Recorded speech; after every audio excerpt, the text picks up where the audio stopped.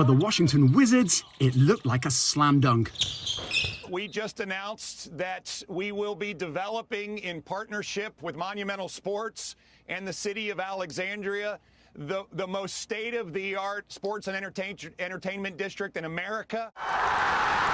Virginia's governor luring the owner of 2018 ice hockey champions, the Washington Capitals, and the Wizards out of the U.S. Capitol to a new $2 billion home a 20-minute drive away. But just a few months after that splashy announcement last December, the deal is dead, partly due to objections over using taxpayer money to fund it. D.C. is home.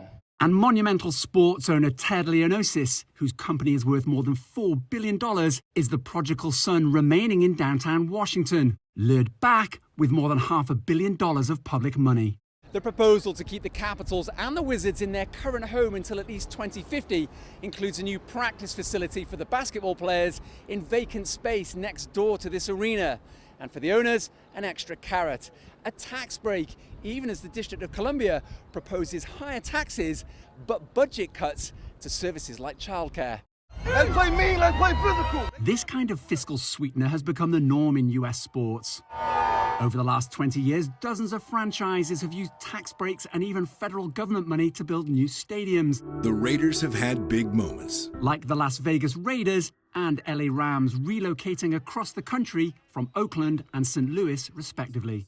Leonosis claims the benefits of remaining and upgrading the current arena will trickle down to an area now blighted by post-pandemic vacant retail units and elevated crime. As we grow, we generate more revenues and tax revenues for the city. As we grow and we become more successful, the community will be attracting more businesses.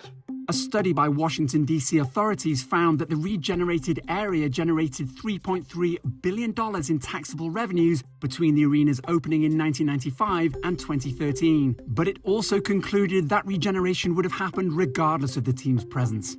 And economists such as Dennis Coates, who studied sports stadium projects over the long term, aren't convinced by studies like this. The argument that it creates jobs, that it creates tax revenues and so on, there is absolutely no evidence for that. And it's very simple. If I spend my money at the stadium, I'm not spending my money at the bar down the street from my house.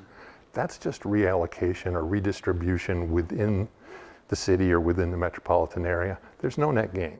In addition to putting taxpayers on the hook for basketball and hockey, Washington is also contending with the prospect of the Commanders' NFL team returning from neighboring Maryland to their old stadium in the city with a 99-year rent-free lease on government land.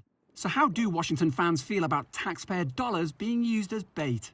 Well, it's actually funny because I'm actually from Virginia, so I was hoping they would bring the team to Virginia.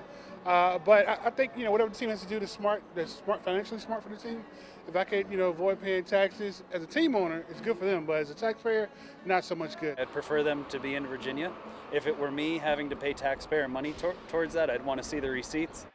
Michael Jordan! Ultimately, sports teams, and perhaps especially one where Michael Jordan ended his playing career, are a conflicting mix of economics, fan emotion, Last Michael Jordan dunk ever, and politics. If you can claim, I successfully brought a team here, or I successfully kept a team from leaving, that's very, very good for you, both politically and financially and so on. And those conflicts are feeding another dilemma for DC authorities. They brought the Washington Nationals baseball team from Canada in 2005 by financing a new stadium where former President George W. Bush threw the first pitch. So as landlord, they're facing a $350 million maintenance bill while the team embarks on a new season hoping to recapture the form that made them 2019 World Series champions.